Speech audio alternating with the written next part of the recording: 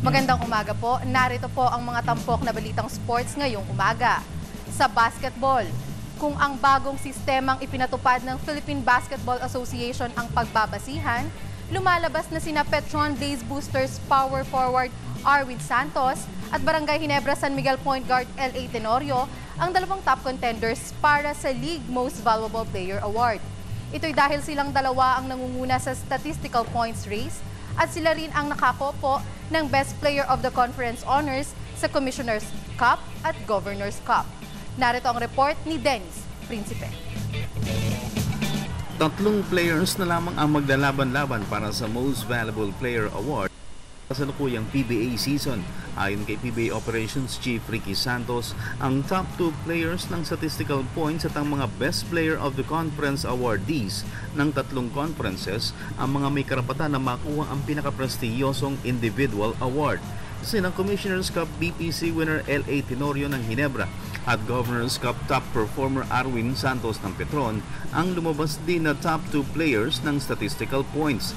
Kasama nila sa labanan si Talk 'N Text guard Jason Castro na kahit na pang-anim sa statistical points ay naihanay sa MVP race dahil sa pagkakapanalo nito ng Philippine Cup BPC Trophy. Yung ating yung dalawa dun sa best player of the conference natin,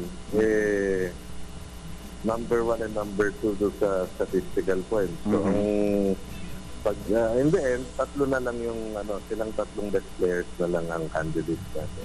Ang sistemang ito ay ginamit ng PBA bago ang 2012 season upang maiwasan ang mas maraming kandidato para sa award.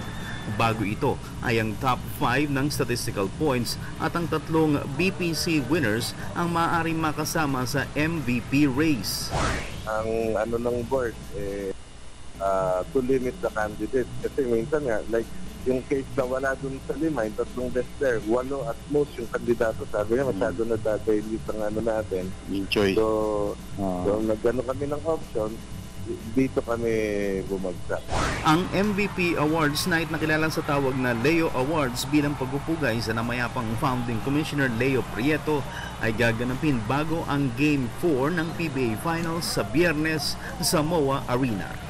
Para sa Good Morning Boss, Dennis Principe, PTV Sports.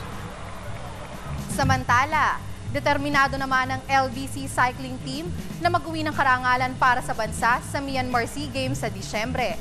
3 pambatong riders ng Dino Araneta own team ang pepedal sa 27th edition ng Bayanihan Regional Sports Fest at dito ay nagbigay ng forecast si American coach Chris Allison. May report si Cristabel De Leon. 2 gintong medalya ang inaasinta ng 3-man Team LBC sa Southeast Asian Games sa Myanmar sa Disyembre. Sa panayam ng PTV Sports, ibinunyag yung Team LBC coach Chris Allison na pepedal si top rider Ronald Oranza sa individual time trial habang makikipagsapalaran naman sina Rostom Lim at Junray Navarra sa mass start race. I have no doubt in my mind away with at least 2 gold medals in those events. It's just a matter of, the boys being very smart, being very careful in the race, but also racing aggressive and with a lot of brains. Naniniwala si Allison na sapat na ang kanilang preparasyon at international exposures para masilip at makilatis ang kakayahan ng mga Southeast Asian rivals. Yeah, basically we're just continuing along in the training, building up the SEA Games. Very good. We have a good idea of who all the players are in Southeast Asia because the boys release them almost every month. So, we know what to expect. Our only thing has been the Myanmar officials have still not released the course information, so we don't know the exact details of the course. Ang Team LBC ay isa sa mga pinagkukunan ng talento ng Pilipinas sa cycling dahil bukod sa puro bata ang mga miyembro ng team ay nabigyan pa ni Allison ng world-class training program ang kanyang mga pedal pushers. Para sa Good Morning Boss, Cristabel De Leon, PTV Sports. At yan po ang mga tampok na balitang sports ngayong umaga.